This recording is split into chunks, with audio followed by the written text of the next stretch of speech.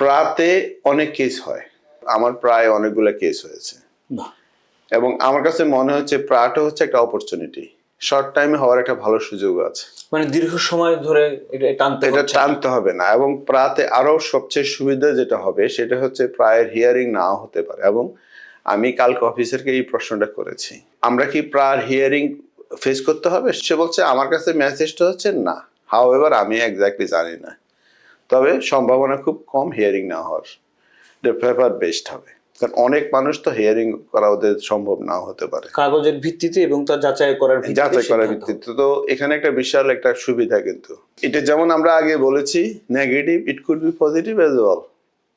হ্যাঁ, সেটি বলছিলাম যে সবকিছুর মধ্যে আপনি একটা ইতিবাচক দিক খুঁজে রাখার চেষ্টা করেন সবসময়।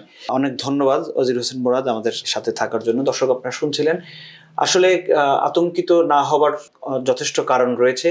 কারণ কাগজপত্র যদি যাচাই বাছাই সঠিকভাবে হয় এবং আপনার দেওয়া কাগজপত্র যদি সঠিক হয়, তাহলে আমাদের এই আলোচনায় উঠে এলো যে আতঙ্কিত হবার আসলে খুব বেশি কিছু নেই।